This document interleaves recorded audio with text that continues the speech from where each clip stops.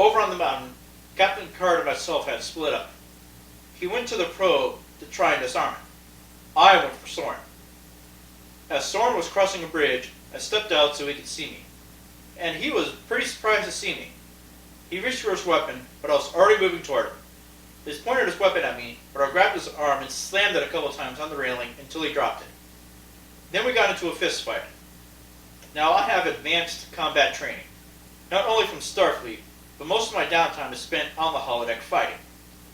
I've learned fighting techniques from some man-bat or someone, and I've also learned advanced CQC and stealth techniques from a guy who calls himself Big Boss. It is very rare for someone to beat me in a fist fight. Unfortunately, this is one of those times. Soren got the upper hand and sent me over the railing. I landed hard on the rocks below, and it really hurt. I was about to get up and try again when I heard a noise that sounded like thunder. I looked up in the sky and saw the ribbon. I looked over to the probe to see if Captain Picard was there, and he was not. The probe started up and launched towards the sky.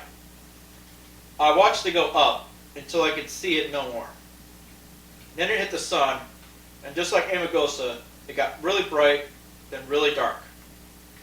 Now that it was dark, I could see the ribbon so much better, and I hate to admit it, but it looked beautiful.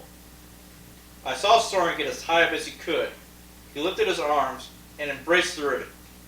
Just before the ribbon got to us, I looked to my left and saw Captain Picard standing there looking up. Then the ribbon went over us, and there was darkness. On the Enterprise, we started to pick up the pieces when my spider sense went off harder than it ever had before. I grabbed my phaser and blasted the view screen and went outside, just in time to see the shockwave coming right at us. The last thing I saw was my crew running from the shockwave.